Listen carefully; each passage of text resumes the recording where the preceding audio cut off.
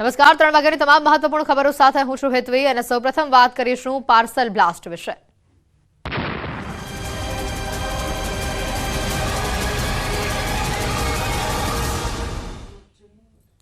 અમદાવાદની આ ઘટના છે કે જ્યાં પાર્સલમાં બ્લાસ્ટથી હુમલાનો મામલો સામે આવી રહ્યો છે। આરોપી રૂપેણના ઘરેથી હથિયાર મળ્યા। ક્રાઇમ બ્રાન્ચે બોમ્બ બનાવવાની વસ્તુ અને 3 દેશી કટ્ટા મળી આવ્યા હોવાની વિગતો સામે આવી છે।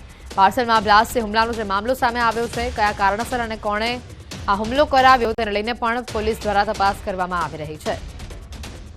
અમદાવાદના સાબરમતી વિસ્તારમાં આ પાર્સલ બ્લાસ્ટની ઘટના સામે આવી છે। પાર્સલ બ્લાસ્ટથી હુમલાનો મામલો સામે આવ્યો છે। આ ઘટનામાં 3 લોકો ઇજાગ્રસ્ત થયા હોવાની માહિતી છે। અમદાવાદના સાબરમતીના શિવમ રો હાઉસમાં પાર્સલમાં બ્લાસ્ટ થયો। પોલીસના મતે પારિવારિક ઝઘડામાં આ પ્રકારે હુમલો કરવામાં આવ્યો હોવાની વિગત છે। જો કે ભોગ બનનાર બાબુભાઈ સુખડિયાએ કહ્યું છે કે પારિવારિક ઝઘડામાં આ હુમલો નથી થયો। પોલીસ તપાસ બાદ સમગ્ર વિગતો બહાર આવશે। મહત્વનું છે કે પાર્સલ બ્લાસ્ટમાં 2 લોકો ઘાયલ થયા છે। આ ઘટનામાં 4 જેટલી વ્યક્તિની સંડોવણી હોવાનું પોલીસ તપાસમાં ખુલાસો સામે આવી રહ્યો છે। પોલીસે ગૌરવ ગઢવી ની ધરપકડ કરી હોવાની માહિતી પણ છે। વધુ પૂછપરછ પણ અત્યારે તેની હાથ ધરાઈ છે। ભોગ બનનારના મતે પાર્સલ નહોતું મંગાવ્યું છતાં પણ ઘરે પહોંચ્યું, જ્યાં પાર્સલ આપવા આવનારની સાથે અન્ય 2 લોકો દૂર રિક્ષા પાસે ઊભા હતા અને જેવું પાર્સલ સોંપાયું તેમાંથી દૂરથી રિમોટનું બટન દબાવાયું અને જેમાં ખૂબ જ મોટો વિસ્ફોટ થયો। આ બનાવમાં એક 5 વર્ષના બાળકને પગમાં ગંભીર ઇજા પહોંચી હોવાની માહિતી છે। પોલીસે પાર્સલ લઈને આવનાર ગૌરવની કડક પૂછપરછ હાથ ધરી છે। આમાં બનાવમાં કુલ 3 લોકો ઘાયલ થયા હોવાની માહિતી છે। પોલીસે સમગ્ર મામલે તપાસ હાથ ધરી છે।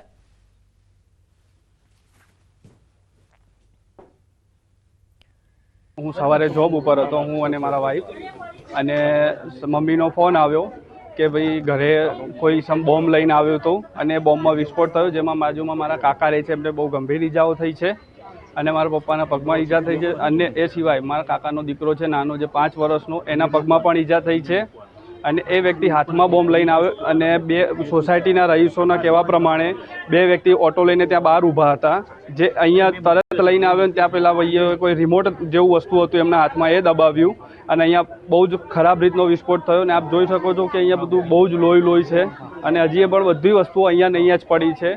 આ કોઈ બદ ઇરાદે આતંકવાદી સંગઠન જેવું મને લાગી રહ્યું છે।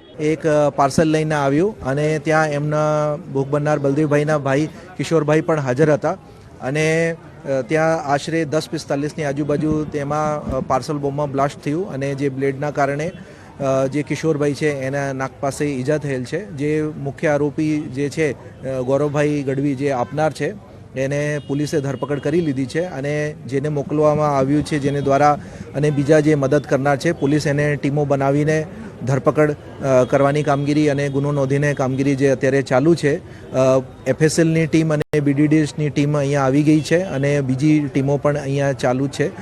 તપાસના કામે જે તમામ આરોપીને ધરપકડ કરવામાં આવશે। અત્યારે જે ગૌરવ ગઢવી છે એને જે રોહનભાઈએ મોકલ્યો હતો અને બળદેવભાઈ છે એના પારિવારિક ડિસ્પ્યુટ બીજા જે છે એના સાથે ચાલી રહ્યું છે અને અગાઉ પણ એમને જે ધમકી મળેલ હતી અને એના કારણે આ જે પારિવારિક ડિસ્પ્યુટ અને અંદરના જે બનાવના લીધે આ બનાવ બન્યો છે। બેટા સવારે તું શું કરતી હતી? અમે લોકો અહીંયા બેસ્યા હતા અને એકદમથી એક ભાઈ આવ્યા, થેલીમાં બોમ્બ હતો, કંઈ ખબર નથી, ગિફ્ટના બહાને લઈને આવ્યા હતા। તો એટલે એ આપતા હતા એમને, તો જે અંકલ લેતા હતા ને, બળદેવ અંકલ, તો એમને વિડીયો બનાવતા હતા કેમ કે કોઈના જોડે આવી ગિફ્ટ ના લેવાય। તો એકદમથી શું કહેવાય, ધુમાડો આવવા માંડ્યો અને બોમ્બ ફૂટી ગયો, બહુ જોરથી ફૂટ્યો હતો। ત્યારે તું ક્યાં હતી? અહીંયા જ બેઠી? અહીંયા જ હતા, સામે હતા મમ્મી સાથે। બળદેવ કાકા પોતે જાતે રિસીવ કરવા આવ્યા હતા પાર્સલ? ના, રિસીવ નતા કરતા, ત્યાં ઊભા હતા કેમ કે પૂછતા હતા કે કોને આપ્યું, એ બધું પૂછતા હતા કે કોને આપ્યું પાર્સલ। અને વિડીયો બનાવ્યો તો એમણે? વિડીયો બનાવતા હતા પણ એકદમથી બોમ્બ ફૂટી ગયો, એના પછી ખબર નહીં। અને કેટલા લોકો આમ વાગ્યું કોઈને? હા, એમને વાગ્યું એકના, એમના નાકમાંથી બહુ લોહી નીકળતું હતું।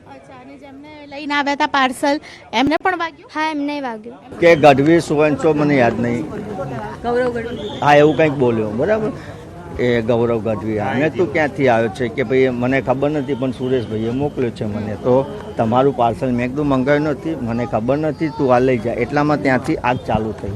મારા વાઈફે કહ્યું કે ભાઈ આમાં ધુમાડો નીકળે છે, તું આને લઈ જા, આ શું છે તારું પાર્સલ? એટલામાં તો જબરજસ્ત વિસ્ફોટ થયો કે મને જે શંકા હોય, એક વ્યક્તિ એવી છે કે કોઈ રૂપેન કરીને છે, બરાબર, એની ઉપર શંકા છે.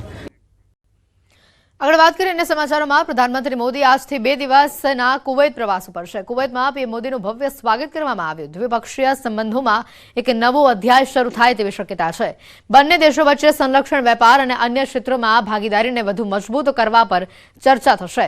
43 વર્ષમાં ભારતીય પ્રધાનમંત્રીની કુવૈતની આ પહેલી યાત્રા છે. કુવૈતમાં પીએમ મોદીનું ભવ્ય સ્વાગત કરવામાં આવ્યું અને જેની આ તસવીરો પણ સામે આવી છે. સંરક્ષણ, વેપાર અને અન્ય ક્ષેત્રો અંગે આ મુલાકાત દરમિયાન ચર્ચા થવાની પ્રબળ શક્યતાઓ છે. પીએમ મોદી આજથી 2 દિવસના કુવૈત પ્રવાસ ઉપર છે.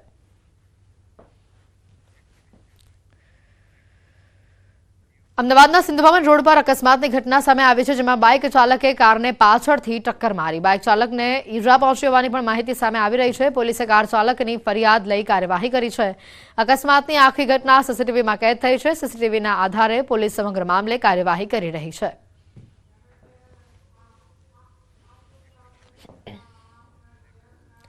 તો ભાવનગરમાં પણ ડમ્પર અને બાઇક વચ્ચે અકસ્માતની ઘટના સામે આવી છે, જે અકસ્માતમાં 2 લોકોના મોત થયા છે. બાઇક પર સવાર 2 સગીરના મોત થયા હોવાની માહિતી છે. ડમ્પરના પાછળના પૈડા નીચે આવી જતા બંને સગીરોના સ્થળ પર જ મોત થયા. ગારેધાર નજીક નવાગામ રોડ પર અકસ્માત સર્જાયો હતો. આ બનાવના પગલે લોકોના ટોળા પણ એકઠા થયા હતા. ઘટનાની જાણ થતાં પોલીસ કાફલો અને 108 પણ ઘટના સ્થળે આવી પહોંચી હતી. પોલીસ દ્વારા અકસ્માત કેવી રીતે સર્જાયો તે અંગે કાર્યવાહી હાથ ધરવામાં આવી. વડોદરા શહેરના લક્ષ્મીપુરા વિસ્તારની ઘટના સામે આવી છે. મુક્તિધામ નજીક મોડી રાત્રે ગોઝારો અકસ્માત સર્જાયો છે. પૂરપાટ ઝડપે જતી કાર લક્ષ્મીપુરા તળાવમાં ખાબકી. કાર તળાવમાં ખાબકતા કારમાં સવાર એકનું મોત થયું છે, જ્યારે 3 ફાયર સ્ટેશનની ટીમે રેસ્ક્યુ કર્યું છે. ભારે જહેમત બાદ નીરજ ભરવાડ નામના એક યુવકને જીવિત બહાર કાઢવામાં આવ્યો. કારમાં 3 લોકો સવાર હતા. એકને સ્વિમિંગ આવડતું હોવાથી તેનો જીવ બચી ગયો હોવાની માહિતી છે. અમરેલીના સાવરકુંડલાથી વિગતો આવી રહી છે. એસબીઆઈના એટીએમમાં ચોરીની ઘટના સામે આવી છે. એટીએમ તોડી તસ્કરે 400 રૂપિયાની ચોરી કરી.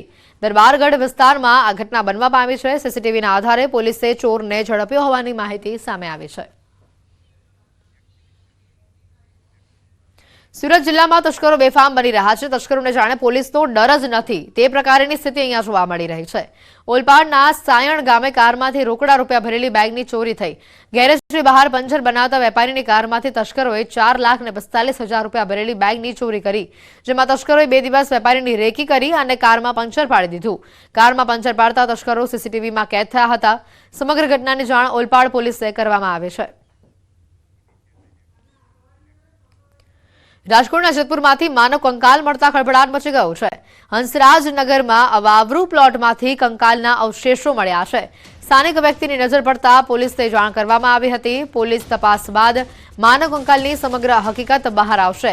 મહત્વનું છે કે આ કંકાલના અવશેષો કેટલા જૂના છે અને સ્ત્રી કે પુરુષના છે તે ફોરેન્સિક પીએમ રિપોર્ટ બાદ જ સમગ્ર માહિતી બહાર આવશે.